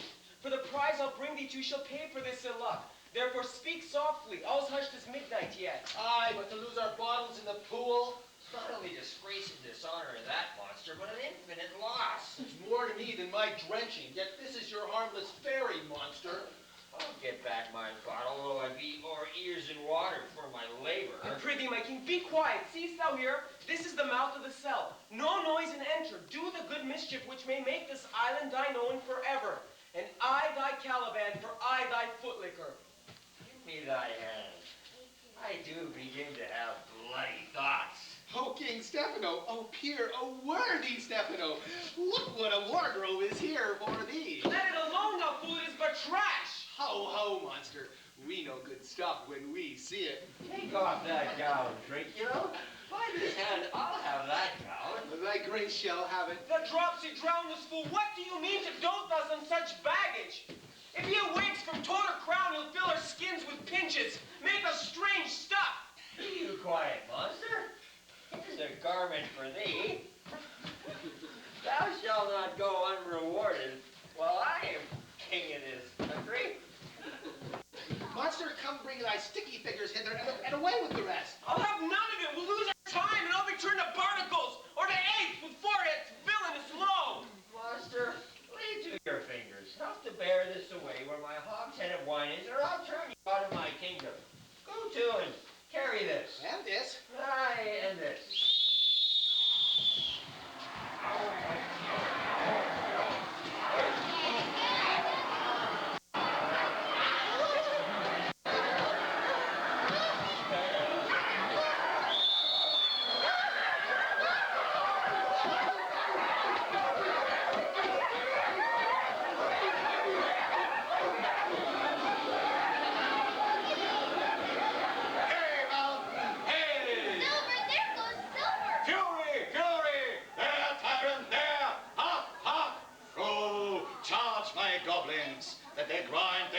With dry convulsions, shorten up their sinews with aged cramps, and more pink-spotted make them than Pod or Kettle Mountain. Hark, they roar. Ah, let them be hunted soundly. At this hour lie at my mercy all mine enemies. Shortly shall all my labors end, and thou shalt have the air at freedom. For a little, follow and do me service. Now, does my project gather to a head? My charms crack not, my spirits obey, and time walks upright in his carriage. What is the time? On the 6th hour, at which time, my lord, you said our work should cease. I did say so when first I raised the Tempest. Say, my spirit, how fares the king and his followers? Confined together in the same fashion as you gave in charge, just as you left them, all prisoners, sir, in the fir grove which shields yourself from storm. They cannot budge to your command. The king, his brother, and yours abide, all three distracted, and the remainder mourning over them, brimful of sorrow and dismay, but chiefly heavily termed, sir, the good old Lord Gonzalo. His tears run down his beard like winter's drops, that eaves the ruse. Your charms so strongly works them, that if you now beheld them, your affections will become tender. Dost thou think so, spirit? Mine would, sir, were I human. And mine shall. Hast thou, which art but air, a touch, a feeling of their afflictions, and shall not myself, one of their kind that relish all as sharply feel as they, be kindlier moved than thou art? Though with their high wrongs I am struck to the quick, yet with my nobler reason 'gainst my fury do I take part. The rarer action is in virtue than in vengeance. They being penitent, the sole drift of my purpose doth extend not a frown further. Go, release them, Ariel. Their senses I'll restore, my charms I'll break, and they shall be themselves. I'll fetch them, sir.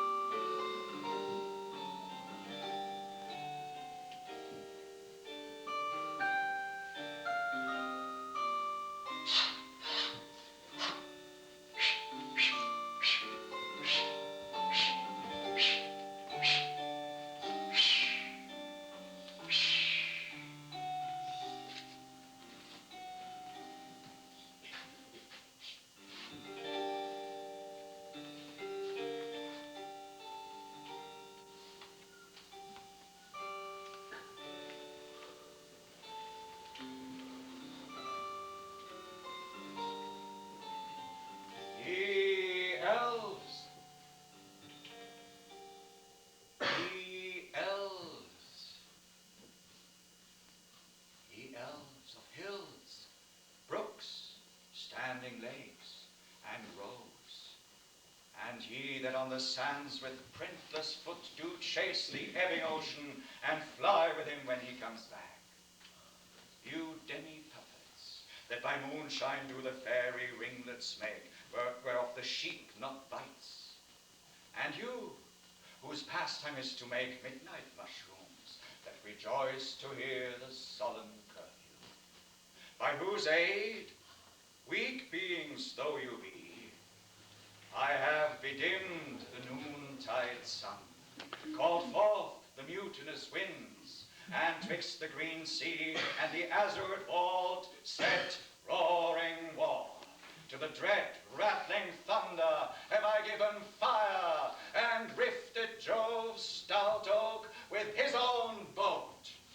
The strong bay's promontory have I made shake, and by the roots plucked up the fir and cedar. Graves at my command have waked their sleepers, oped and let them fall by my so potent art. But this rough magic I here abjure, when I have required some heavenly music, which even now I do, to work mine end upon their senses that this airy charm is for. I'll break my staff, bury it certain fathoms in the earth, and deeper than did ever plummet sound, I'll drown my book.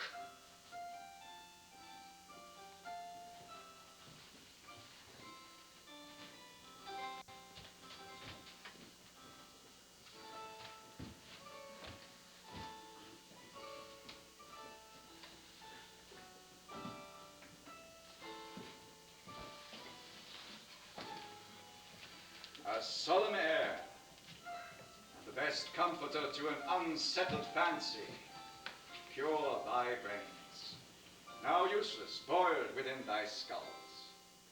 There stand, for you are spell stopped.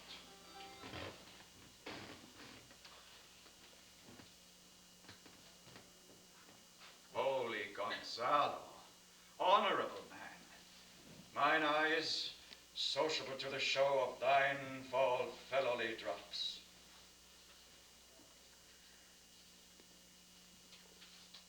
Charm dissolves apace, and as the morning steals upon the night, melting the darkness, so their rising senses begin to chase the ignorant fumes that mantle their clearer reason. O good Gonzalo, my true preserver, and a loyal sir to him thou followest, I will pay thy graces back, both in word and deed. Most cruelly didst thou, Alonso, use me and my daughter. Thy brother was an accomplice in the act. Thou art pinched for it now, Sebastian.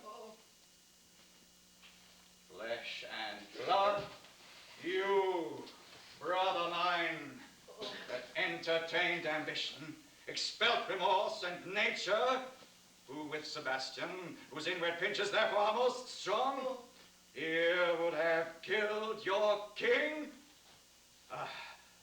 I do forgive thee, unnatural though thou art.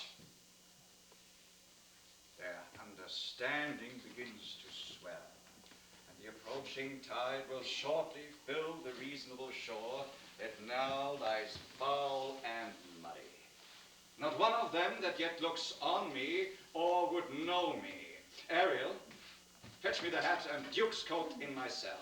I will disrobe me and myself present as I was sometime Milan. Quickly, spirit, thou shalt ere long be free.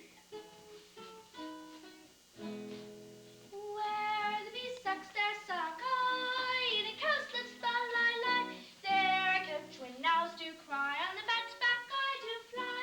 I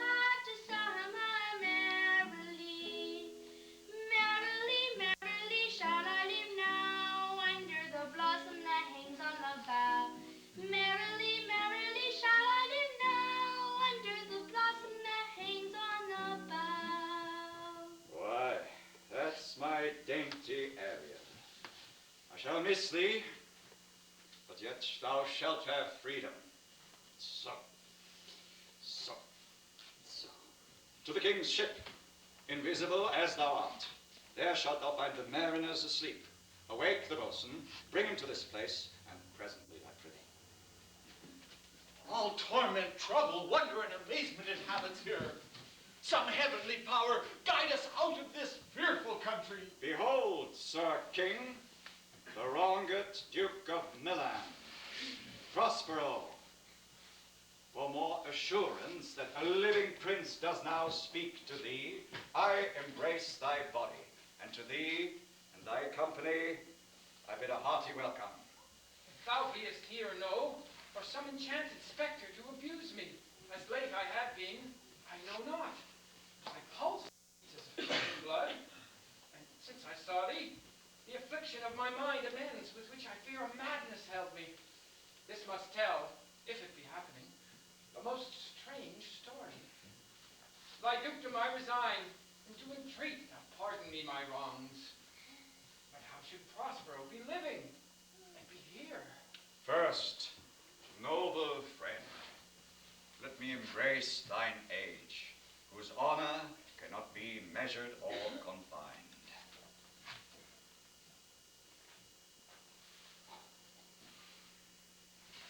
Whether this be or be not, I'll not swear. You do yet taste some subtleties on the isle that will not let you believe things certain. Welcome. Welcome, my friends all. But you, my brace of lords, were I so minded, I here could pluck his highness frown upon you and justify you traitors. At this time I will tell no tales. The devil speaks in him. No! For you, most wicked sir, whom to call brother would even infect my mouth, I do forgive thy rankest faults, all of them, and require my dukedom of thee, which perforce I know thou must restore. If thou beest Prospero, give us particulars of thy preservation, how thou hast met us here, who 3 hours since were wrecked upon this shore, where I have lost, how sharp the point of this remembrance is, my dear son Ferdinand. I'm woe for it, sir. Irreparable is the loss, and patience says it is past her cure. I rather think you have not sought her help, of whose soft grace, for the like loss, I have her sovereign aid, and rest myself content. You, the like loss? As great to me, as recent, and tolerable to make the dear loss, have I means much weaker than you may call to comfort you, for I have lost a daughter. A daughter? Oh, heavens! That they were living both in Naples, the king and queen there. I wish myself were mudded in that oozy bed where my son lies.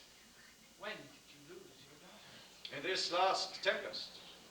I perceive these lords at this encounter do so much wonder that they devour their reason, and scarce think their eyes do services of truth, their words are natural broth. But howsoever you've been jostled from your senses, know for certain that I am Prospero, and that very duke which was thrust forth from Milan, who most strangely upon this shore, where you were wrecked, was landed to be the lord of it. No more now of this, but is a chronicle of day by day, not a relation for a breakfast, nor befitting this first meeting. Welcome, sir. This cell is my court. Here have I few attendants, and subjects none on island. Pray, look in. My dukedom, since you have given me again, I will repay you with as good a thing. At least bring forth a wonder to content you as much as me, my dukedom.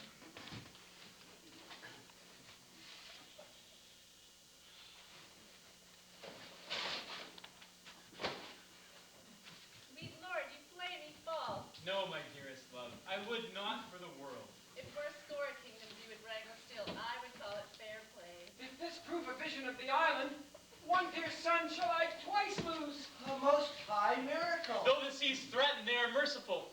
I have cursed them without cause. Now all the blessings of a glad father compass thee about. Arise, and Say, how about games, dear? Oh, wonder. How many goodly creatures are there here? It's mankind. It is a so brave new world that has such people in it. 'Tis new to thee. What is this maid with whom thou wast at play? Your longest acquaintance cannot be 3 hours. Is she the goddess that hath severed us and brought us thus together? Sir, she is mortal, but by a mortal providence she's mine. I chose her when I could not ask my father for his advice, nor thought I had one. She is daughter to this famous Duke of Milan, of whom so often I have heard renown, but never saw before, of whom I have received a second life, and second father this lady makes him to me. I am hers. But oh, how oddly will it sound that I must ask my child forgiveness. There, sir, stop. Let us not burden our remembrance with a heaviness that's gone. I have inly wept, or should have spoke ere this. Look down, you gods, and on this couple drop a blessed crown. For it is you that have trod forth the way that brought us hither. I say amen, Gonzalo, amen. Was Milan thrust from Milan that his issue should become kings of Naples? Oh, rejoice beyond a common joy, and set it down with gold on lasting pillars. In one voyage did Claribel her husband find at Tunis, and Ferdinand her brother find a wife, where he himself was lost, and Prospero his dukedom on a poor isle, and all of us ourselves when no man was his own. Give me your hands. But grief and sorrow forever freeze his heart that doth not wish you joy. Be it so, amen. Oh, look, sir, here is more of us. I prophesied that were a gallows on land, this fellow could not drown. Thou blasphemer that swearest grace overboard, not a curse on shore, eh? Hast thou no mouth on land? What is the news? The best news is that I have safely found my king and company. The next our ship, which 3 hours since we gave our split, is tight and yar and bravely rigged as when we first put out to sea. Sir, all the service I have done to you since I went. My tricksy spirit. These are not natural events. They strengthen from strange to stranger. Say, how came you hither? If I did think, sir, I were well awake, I'd strive to tell you. We were dead asleep, and how we know not, all clapped under hatches, where, but even now, with strange and various noises of roaring, shrieking, howling, jingling of chains, and more diversity of sound, all horrible, we were awakened straightway at liberty, where we, in all our trim, freshly beheld our royal good and gallant ship, our captain dancing to see her. On a thrice so please you, as in a dream, I was divided from them, and brought days it hither. Was it well done? Bravely, my diligence, thou shalt be free. This is as strange a maze as e'er men trod. And there is in this business more than nature was ever master of. Some oracle must rectify our knowledge. Sir, my liege, do not infest your mind with beating on the strangeness of this business. At our leisure, which shall be soon, I shall myself resolve these happened incidents. Till then, be cheerful and think of each thing well. Come hither, spirit. Set Caliban and his companions free. Untie the spell. How fares my gracious sir? There are yet missing of your company some few odd lads that you remember not. Every man ship for all the rest, and let no man care for himself, for all is but fortune. Courage! Bully, monster, courage! Oh. These be true spies which are set in my head. Here be a goodly sight. Oh. These be brave spirits indeed. How fine my master is. I'm afraid he will chastise me. What things are these, my Lord Antonio? Will money buy 'em? Likely one of them is a plain fish, no doubt marketable. Ah, but the badges of these men, my lords. Then say if they be honest. This crooked knave, his mother was a witch, and one so strong that could control the moon, make flows and ebbs, and use the moon's command without her sanction. These three have robbed me, and this demi-devil, for he's a bastard one, had plotted with them to take my life. 2 of these fellows you must know and own. This thing of darkness I acknowledge I mine. shall be pinched to death. Is this not Stefano, my drunken butler? He is drunk now. Where had he wine? The Trinculo, it's reeling ripe. Where should they find this grand liquor that hath gilded them? How camest thou in this pickle? I have been in such a pickle since I saw you last. And I fear me I will never be out of my bones. I shall not fear flies. Why, how now? How now, Stefano? Oh, touch me not. I'm not Stefano, but a cramp. You'd be king of the isle, would you, sirrah? I would have been a sore one. This is as strange a thing as e'er I looked on. He's as disproportioned in his manners as in his shape. Go, sirrah, to my cell. Take with you your companions, as you look to have my pardon. Clean it handsomely. Aye, that I will, and I'll be wise hereafter and seek for grace. What a thrice double ass was I, to take this drunkard for a god and worship this dull fool. Go now, away. Hence! Bestow your luggage where you found it.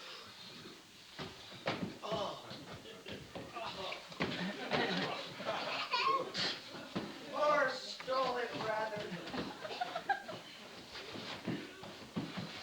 Sir, I invite your highness and your train to my poor cell, where you shall take your rest for this one night, which part of it I'll waste with such discourse as I not doubt shall make it go quick away. The story of my life and the particular incidents gone by since I came to this isle.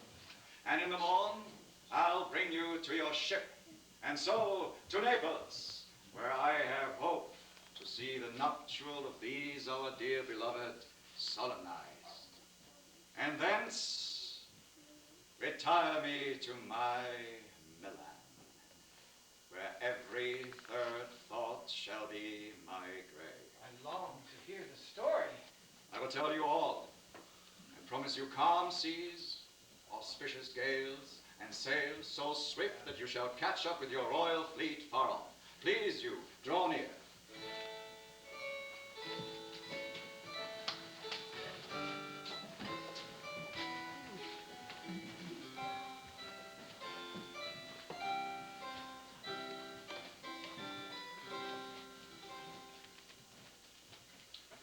My Ariel, chick.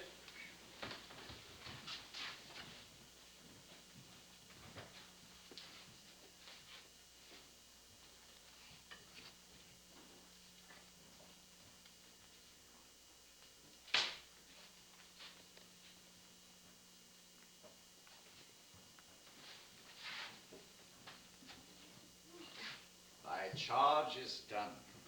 Then to the elements be free, and fare thou well.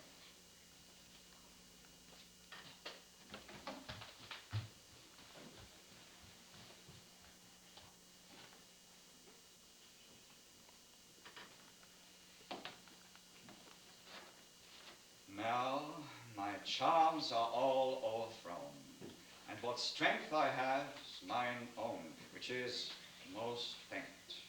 Now 'tis true, I must be here confined by you, or sent to Naples.